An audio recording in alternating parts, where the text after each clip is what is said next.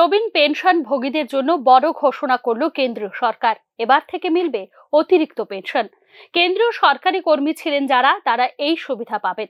কেন্দ্রের তরফে জানানো হয়েছে ৮০ বছর বা তার বেশি বয়সী কেন্দ্রীয় সরকারি পেনশন ভোগীরা অতিরিক্ত পেনশনের টাকা পাবেন।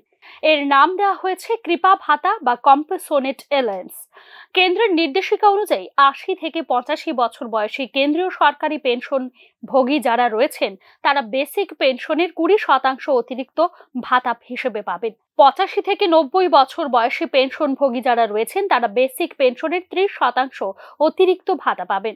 ৯০ থেকে ৯৫ বছর বয়সী পেনশনভোগীরা বেসিক পেনশনে ৪০% অতিরিক্ত ভাতা বা পেনশন হিসেবে পাবেন। ৯৫ থেকে ১০০ বছর বয়সী পেনশনভোগী যারা রয়েছেন, তারা বেসিক পেনশনের ৫০% অতিরিক্ত হিসেবে পাবেন। ১০০ বছর বা তার বেশি বয়সে যদি কোনো পেনশনভোগী থাকেন, তবে তিনি বেসিক পেনশনের ১০০% ভাতা হিসেবে পাবেন, অর্থাৎ দ্বিগুণ পেনশন পাবেন তিনি। কেন্দ্রীয় সরকারি অবসরপ্রাপ্ত কর্মীরা নির্দিষ্ট বয়স অর্থাৎ ৮০ বছরে পৌঁছালে সেই মাসের প্রথম দিন থেকে এই অতিরিক্ত ভাতা চালু হয়ে যাবে। অবসরপ্রাপ্ত কর্মীদের যাতে পেনশন পেতে কোনো অসুবিধা না হয়, তার জন্য সংশ্লিষ্ট বিভাগ ও ব্যাংকগুলিকে ইতিমধ্যেই নির্দেশও দিয়েছে কেন্দ্রীয় সরকার। কেন্দ্রীয় সরকার যেখানে প্রবীণ পেনশনারদের জন্য এই ধরনের সিদ্ধান্ত নিতে পারে, সেক্ষেত্রে ডাবল ইঞ্জিনের ত্রিপুরা সরকার কি পারে না প্রবীণ পেনশন ভোগীদের জন্য এ ধরনের সিদ্ধান্ত নিতে?